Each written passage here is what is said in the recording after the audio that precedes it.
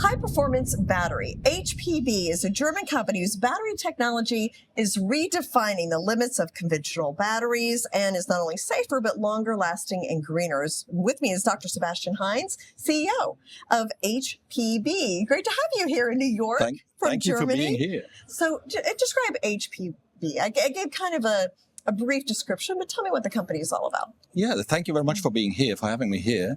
HPB is a battery development company. So we're a technology developer and we're licensing our technology out to our customers. And it's all about a brand new battery technology. Now, you do not make the batteries, right? So explain your role in the battery ecosystem. Yeah, so if you come to batteries, it's all about science, it's all about production. And we do the part of the science bit with the bridging to serial production. So we have the specific know-how for our technology, and we license this know-how and the components we have out to our licensees who are doing then the business and the production.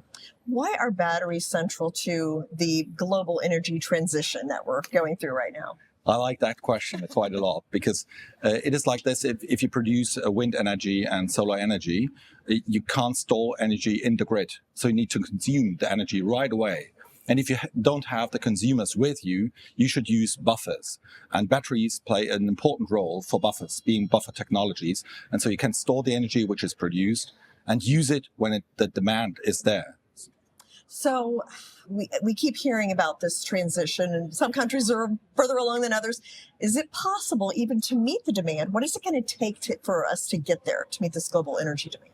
Yeah, the demand is huge. So it's massive. It's being driven by electric vehicles, but also for stationary applications. If you really want to change the energy consumption and the energy generation bit, you really need to put a huge demand in batteries out to the market. But it can be met. If you have the right technologies, it can be met. So explain the breakthrough that HPB did when it came to battery technology. Well, it's all about battery aging, basically. If you have batteries which age, then you need more batteries, you need more resources, and you need to quicker exchange the batteries for their stationary applications or mobile applications. And the better the features of the batteries are, the less batteries you need. And this is coping with the resource demand. If you have an exploding market demand, then you come with a better technology, with less resources, a longevity, greener and longer lasting. That's the basic thing. And that is the breakthrough we have. So we came from the edge of unveiling the secrets of battery aging and solving these secrets at their chemical root causes. And this is a massive step into a new dimension of batteries. And that's where electrolytes come in, right? So yes. Explain that. Is that a key factor in this longer lasting battery technology? It is, as you say. So the electrolyte is the driver of aging and of danger in a battery. And the organic electrolytes, they are flammable, they are driving battery aging, and they are dangerous for the entire battery. The aging effects especially result in the charging and discharging of a battery and are moderated by the electrolyte. So if you replace the electrolyte, you can get rid of these harmful situations and circumstances. That's why everyone is looking after solid state batteries, which are the so-called holy grail. And we have understood, coming from the liquid systems, we've understood the battery aging, and we have found a solution to prevent this, resulting in an excessive long life of batteries and high sustainability and high durability of the batteries. What are the best applications for this particular technology? We do separate the story into two parts. The first one is where we do the entire battery for, is the stationary application bit. So if you go for home storage, for industrial buffers, for ships, whatever, so all applications which are fairly stationary. This is the whole battery containing of a positive, a negative electrode, and a solid-state electrolyte. On the other hand, you have the mobile applications such as electric vehicles. And for the electric vehicles industry, we only provide our solid-state electrolyte because that is a unique component with unique features superior to the known liquid electrolytes, which we provide to the electric vehicles industry to use that as a component in their battery development. So we don't do battery development for cars. We can make use of our component, the solid-state electrolyte, within cars, and we do the entire battery thing for stationary applications. Now, what about mass production? How easy is it to take your technology and scale it?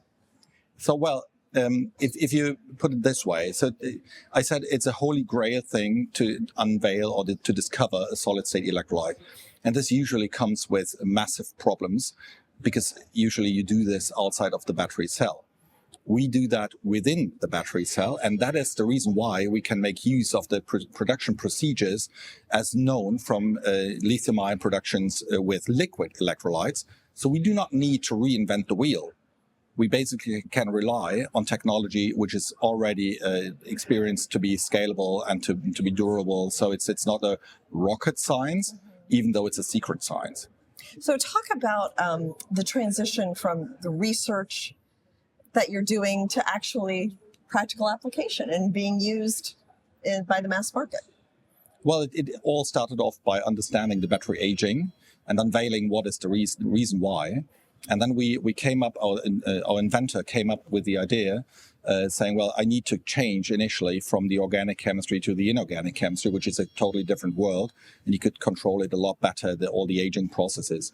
And based on that, we had discovered that the solution to battery aging suddenly turns out to be a solid-state electrolyte. So we haven't tried to invent a solid-state battery, but we have to try to overcome the hurdles of aging. And the result, by coincidence, it's our penicillium moment, so to say. This coincidence led to the identification of the solid-state electrolyte, which is unique. And that's why we can make the procedures accessible for the production of lithium-ion batteries with liquid electrolyte. Fascinating. All others, they come from the edge of replacing the electrolyte by the idea of replacing the dangerous liquid electrolyte by a solid-state one. And that is why they come from the replacing bit. They try to find the holy grail from solid-state batteries, but they have to overcome the hurdles of physics. Yeah. Okay. And then patent protection. Where are you with all of that? We have applied for patents in 96 countries because our business model is licensing the technology to people who can drive the business either from the demand side, according to fields of application, or from the production side. And to do this effectively, you need to have a strong patent basis. And we have it in 96 countries all over the world. So that's why we can really extend that. And I think this is also one of the unique parts of our business model, that we do it exactly like this. Yeah. And financing, how is that going? Did you have investors? Do you plan to do an IPO someday? Where does all that stand? Yeah, this is a very good question in terms of how to make innovation happen in the market, because you need to have quite a long duration of your story to overcome to really get into the markets. And we've chosen a unique way to us. We have, of course, we stick with private investors, but we haven't done any dilution so far. So we're not this classic venture capital driven ABCD round thing. We have set up a company in Switzerland, which is an AG, and we're selling shares to our private investors. We have more than 300 investors supporting us and helping us to bring that innovation into the market, and no dilution at all. And fun fact, being here in this place, we as High Performance Battery won't do an IPO, because that's the task of our licensees. They do the asset heavy bit, and it's their story to go to the stock exchange and do the IPO, but not us. It's us. We call it the HPB club. If whoever joins in right in time will benefit from dividends, and that's it. Yeah, but you are looking to expand in the U.S. Yes. What are those plans? For sure. So U.S. is one of the most spectacular countries for developing and deploying this technology. So, of course, we came over to offer this technology to some of potential licensees and to invite people basically to become member of the HPB club.